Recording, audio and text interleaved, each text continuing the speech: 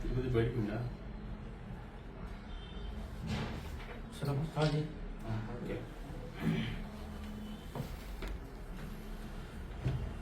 కరీంనగర్ పట్టణంలో తెలంగాణ రాజ్యాధికార పార్టీ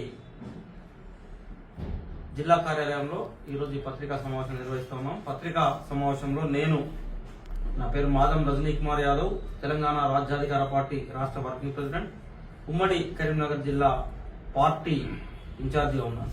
నాతో పాటు మొహమ్మద్ అఖిల్ పాషా, తెలంగాణ రాజ్యాధికార పార్టీ రాష్ట్ర కార్యదర్శి, అదేవిధంగా సోదరి గంగిపల్లి అరుణ గారు, తెలంగాణ రాజ్యాధికార పార్టీ కరీంనగర్ జిల్లా అధ్యక్షురాలు. వీరితో పాటు ఈ మీడియా సమావేశంలో కరీంనగర్ జిల్లా నాయకులు అందరూ కూడా పాల్గొంటా ఉన్నారు. సో నాయకులందరికీ, అదేవిధంగా ఈ పత్రికా మీడియా సమావేశానికి పిలవగానే హాజరైనటువంటి జర్నలిస్ట్ సోదరులందరికీ కూడా పేరు పేరున నమస్కారాలు తెలియజేసుకుంటూ, సో ప్రధానంగా ఈ మీడియా సమావేశం ఏర్పాటు చేయడానికి ప్రధానమైనటువంటి కారణం, తెలంగాణ రాష్ట్రంలో సాంప్రదాయ రాజకీయ పార్టీలను బొందపెట్టాలనే ఉద్దేశంతో తెలంగాణలో ఉన్నటువంటి అట్టడుగు వర్గాలకు అండగా ఉండాలనేటువంటి ఒక ఆలోచనతో సెప్టెంబర్ 17న గౌరవ శాసనమండలి సభ్యులు తీన్మార్ మల్లన్న గారి నాయకత్వంలో తెలంగాణ రాజ్యాధికార పార్టీ సెప్టెంబర్ 17న ప్రారంభమైంది. సో పార్టీ ఏర్పాటైన తర్వాత తెలంగాణ రాష్ట్రంలో జరుగుతున్న మొట్టమొదటి ఎన్నికలు ఇవి. ఎందుకంటే గతంలో జరిగినటువంటి గ్రామ పంచాయతీ ఎన్నికలు సో పార్టీలకు ఖచ్చితంగా జరిగేటువంటి ఎన్నికలు కాదు కాబట్టి సో పార్టీ బీఫామ్ల పైన జరుగుతున్నటువంటి మొట్టమొదటి ఎన్నికలు. సో ఈ ఎన్నికలను తెలంగాణ రాజ్యాధికార పార్టీ ఎన్నికల్లో పోటీ చేయాలని నిర్ణయం తీసుకున్నది. సో పార్టీ తీసుకున్నటువంటి నిర్ణయంలో భాగంగా కరీంనగర్ జిల్లాలో ఉన్నటువంటి మొత్తం అన్ని మున్సిపాలిటీలు, అదేవిధంగా కరీంనగర్ కార్పొరేషన్ లో తెలంగాణ రాజ్యాధికార పార్టీ తరఫున అభ్యర్థులను బరిలో దింపబోతా ఉన్నాం. ఇప్పటికే ఎన్నికల కమిషన్ తెలంగాణ రాజ్యాధికార పార్టీకి కత్తెర గుర్తును కేటాయించడం జరిగింది. సో ఈ కత్తెర గుర్తు పైన తెలంగాణ రాజ్యాధికార పార్టీకి సంబంధించినటువంటి అభ్యర్థులందరూ కూడా కరీంనగర్ కార్పొరేషన్ తో పాటు హుజరాబాద్, జమ్మికుంట, చొప్పదండి, ఇది కరీంనగర్ జిల్లా వరకు సో ఈ అన్ని మున్సిపాలిటీలో కూడా మా పార్టీకి సంబంధించినటువంటి అభ్యర్థులు పోటీ చేయబోతా ఉన్నారు. ఈ పార్టీ తరఫున పోటీ చేసే ఆసక్తి ఉన్నటువంటి అభ్యర్థులందరూ కూడా కరీంనగర్ జిల్లా వ్యాప్తంగా ఉన్నటువంటి వాళ్ళందరూ కూడా ఈ మున్సిపాలిటీకి సంబంధించిన వాళ్ళు సోదరి మా అరుణాకలు సంప్రదించాల్సిందిగా వారికి సూచన చేస్తా ఉన్నాం. అదేవిధంగా మా పార్టీలో పార్టీ ఏర్పాటైన దగ్గర నుంచి పార్టీ కోసం, పార్టీ సిద్ధాంతం కోసం పనిచేస్తున్నటువంటి నాయకులు, కార్యకర్తలు కూడా పోటీ చేయడానికి ఉత్సాహంగా ఉన్నారు. సో వారందరికీ కూడా ఆయా డివిజన్లలో రిజర్వేషన్లకు అనుగుణంగా పార్టీ వారిని బరిలో దింపుతా ఉన్నది. అదేవిధంగా పార్టీకి సంబంధించినటువంటి రాష్ట్ర ఎన్నికల మేనిఫెస్టోను కూడా మా పార్టీ గౌరవ అధ్యక్షులు తీన్మార్ మల్లన్న గారు ఇప్పటికే ప్రకటించున్నారు. సో కరీంనగర్ జిల్లాలో ఉన్నటువంటి ప్రజలందరికీ కూడా ఆ మేనిఫెస్టోను చేర్చాలి. అదేవిధంగా మా అభ్యర్థులందరికీ కూడా ఓటు అభ్యర్థించాలి. అదేవిధంగా పార్టీ తరఫున పోటీ చేయబోతున్నటువంటి అభ్యర్థులందరికీ కూడా మేము అండగా ఉన్నాము అన్నటువంటి విషయాన్ని తెలియజేయాలనేటువంటి ఉద్దేశంతో సో ఈ పత్రికా సమావేశాన్ని ఏర్పాటు చేశాం. సో పార్టీ ఈ మున్సిపల్ ఎన్నికలకు సంబంధించి ఒక 10 అంశాలతో కూడినటువంటి మేనిఫెస్టోను రిలీజ్ చేయడం జరిగింది. సో అందులో ప్రధానంగా మా మొట్టమొదటి హామీ రాష్ట్ర వ్యాప్తంగా ప్రధానంగా ఈ కరీంనగర్ జిల్లాలో ఉన్నటువంటి ఓటర్లందరికీ కూడా రైట్ టు రీకాల్ యాక్ట్ ను సో ఈ ఏదైతే స్థానిక సంస్థల ఎన్నికల్లో ఇది మధ్యప్రదేశ్ లో ప్రస్తుతం అమలవుతా ఉన్నది. ఈ రైట్ టు రీకాల్ యాక్ట్ ను ఈ తెలంగాణ రాష్ట్రంలో కూడా ఇంప్లిమెంటేషన్ చేయాలనే ఉద్దేశంతో దీన్ని ప్రవేశపెట్టాలని సో అందుకు మొట్టమొదటి హామీగా Telangana Rajyadhikara party right to recall act ను తీసుకురాబోతా ఉన్నది. సో ఈ రైట్ టు రీకాల్ యాక్ట్ వాస్తవానికి ఇక్కడ ఉన్నటువంటి ప్రజలకు పెద్దగా పరిచయం లేదు. సో ఇప్పటికీ ఎన్నికల ప్రక్రియలో మనం ఒకసారి అభ్యర్థిని ఎన్నుకున్న తర్వాత ఆ అభ్యర్థి మనకు నచ్చకపోతే మనకు ఇష్టం ఉన్నా మనకు కష్టం ఉన్నా 5 సంవత్సరాల పాటు భరించాల్సినటువంటి పరిస్థితి ప్రస్తుతం ఉన్నటువంటి సిస్టంలో ఉంది. కానీ తెలంగాణ రాజ్యాధికార పార్టీకి తీసుకురాబోతున్నటువంటి రైట్ టు రీకాల్ ద్వారా 2 సంవత్సరాల తర్వాత ఆ అభ్యర్థి పర్ఫార్మెన్స్ కనుక బాగా లేదు అని ఆ వార్డు ప్రజలు అనుకుంటే సో మీకు దించేటువంటి అధికారాన్ని తెలంగాణ రాజ్యాధికార పార్టీ రేపు ఇవ్వబోతా ఉన్నది. ఇది ప్రజలకు ప్రజల చేతికి ఇవ్వబోతున్నటువంటి ఒక బ్రహ్మాండమైనటువంటి బ్రహ్మాస్త్రం. సో దీనిపైన విస్తృతంగా ప్రచారం కల్పించాల్సిందిగా సో మేము గౌరవ మీడియా మిత్రులందరూ కూడా రిక్వెస్ట్ చేస్తా ఉన్నాం.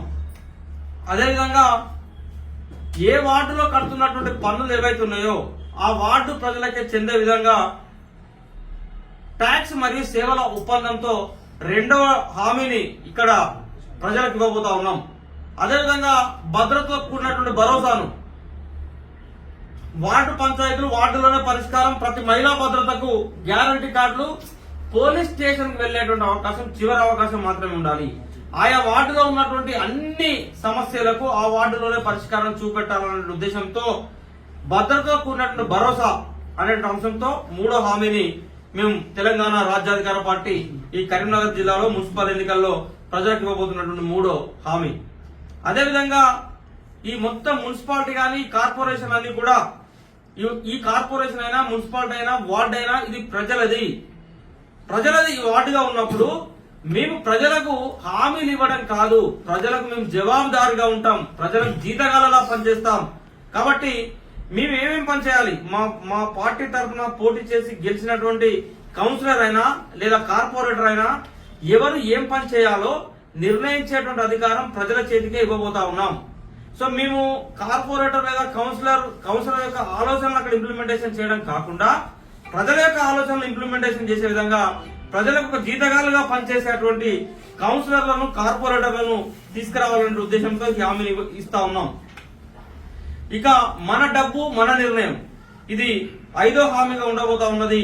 సో ఏ వార్డులో ప్రజలు కట్టేటువంటి పన్నులను ఆ వార్డులోనే ఖర్చు చేసే విధంగా రేపు పన్నులు అక్కడే వసూలు చేయాలి. ఉదాహరణకు ఒక వార్డు నుంచి 2 కోట్ల రూపాయల పన్నులు వస్తాయి, కానీ అక్కడ పన్నులు మాత్రం 20 లక్షలు 30 లక్షలు జరిగేటువంటి అవకాశం ఉంటుంది. సో కాబట్టి ఏ వార్డులో కట్టేటువంటి పన్నులు ఆ వార్డులోనే ఖర్చు చేసే విధంగా మనం మన డబ్బు మన నిర్ణయంతో 5వ హామీని ఈ కార్పొరేషన్ ఎన్నికల్లో ఇక్కడ ప్రజలకు ఇవ్వబోతా ఉన్నాం. ఇక ట్రాఫిక్ చాలన్నింటినీ కూడా మాఫీ చేసేటువంటి 6వ హామీని నగర ప్రజలు ప్రధానంగా ఎదుర్కొంటున్నటువంటి ట్రాఫిక్ చలాన్లకు సంబంధించి ప్రధానంగా యువత సరే అక్కడ ఇక్కడ పొరపాటు జరిగి మనం ట్రాఫిక్ సిగ్నల్స్ క్రాస్ అయినటువంటి నేపథ్యంలో జరిగేటువంటి ట్రాఫిక్ చలాన్లన్నింటినీ కూడా ఏకకాలంలో రద్దు చేసేటువంటి 6వ హామీని, అదేవిధంగా ప్రజా ఆడిట్ సో ప్రజలందరికీ కూడా జవాబుదారీగా ప్రజలు కట్టినటువంటి ప్రతి పైసకు జవాబుదారీగా ఉండేటువంటి అంశంలో భాగంగా ప్రజల ముందు బహిరంగంగా ప్రజా ఆడిట్ ను కూడా నిర్వహిస్తుంది మా పార్టీ ఇక్కడ కార్పొరేషన్ కైవసం చేసుకున్నటువంటి సందర్భంలో. ఇక భక్తులకు భరోసా ల్యాండ్ టైటిల్ స్కీమ్ ఏ కార్పొరేషన్ కానీ మున్సిపాలిటీలో ఉన్నటువంటి భూ సమస్యలకు సంబంధించి ఒక టైటిల్ గ్యారంటీ అనేటువంటి ఒక సిస్టమ్ ను మేము తీసుకొచ్చేసి ఎక్కడ ఉన్నటువంటి భూ సమస్యలను అక్కడ ప్రజల సహకారంతో అక్కడే పరిష్కరించేటువంటి హామీని 8వ హామీగా మా పార్టీ ఎన్నికల మేనిఫెస్టోలో చేర్చడం జరిగింది. ఇక ప్రధానంగా తెలంగాణ రాష్ట్రంలో యువత చేతికి వార్డు రాజకీయాలు అందించాలనే ఉద్దేశంతో యువకుల చేతికి వార్డు యొక్క డెవలప్మెంట్ కార్యక్రమాన్ని ఇవ్వబోతా ఉన్నాం. అది మా 9వ గ్యారంటీ. అదేవిధంగా పట్టణం మనది పాలన మనది అనేటువంటి నినాదంతో మీరు ఓటు వేసేది రాజకీయ నాయకులకు కాదు, మీ ఆత్మ గౌరవానికి ఓటు వేస్తున్నారనే విషయాన్ని గుర్తెరగాలని, సో ఆత్మ గౌరవంతో కూడినటువంటి పరిపాలన అందించాలనే ఉద్దేశంతో 10వ హామీ.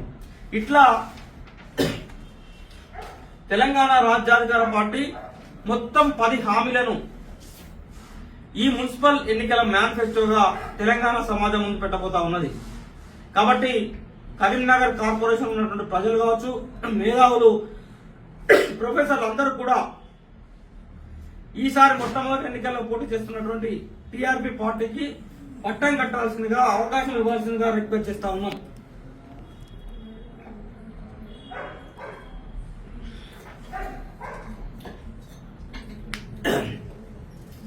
ఈ ఎన్నికల్లో సమర్థవంతంగా ఎదుర్కొనడం కోసం మా పార్టీ కూడా ఈ కరీంనగర్ కార్పొరేషన్ కోసం ఒక వార్ రూమ్ ఏర్పాటు చేయడం జరిగింది.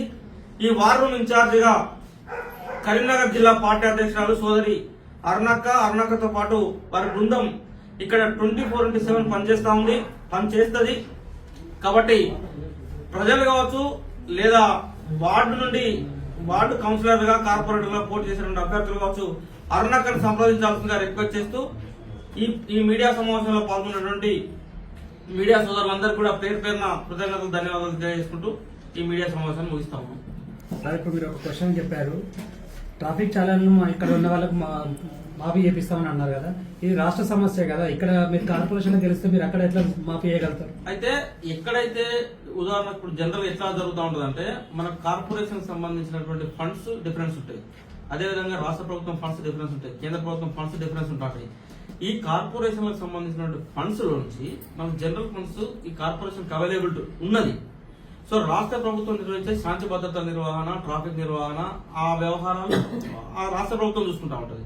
సో రేపు కార్పొరేషన్లలో వచ్చేటువంటి ఫండ్స్ ద్వారా, కార్పొరేషన్ లో ఉన్నటువంటి నిధుల ద్వారా ఈ కరీంనగర్ కార్పొరేషన్ లో ఉన్నటువంటి 1,00,000 మందికా, 2,00,000 మందికా, 3,00,000 మంది ఎంతమంది అని ఉండని కాక ఆ డబ్బులకు సంబంధించి రేపు పొద్దున కార్పొరేషన్ ఫండ్ ద్వారా, కార్పొరేషన్ ఉన్నటువంటి ఫండ్స్ ద్వారా వీటిని ఈ కరీంనగర్ కార్పొరేషన్ ఉన్నటువంటి పౌరులకు, ప్రజలకు ఈ రకమైనటువంటి ట్రాఫిక్ ఛానల్ మాఫీ సంబంధించిన ఫండ్ రేపు కేటాయించబోతాం.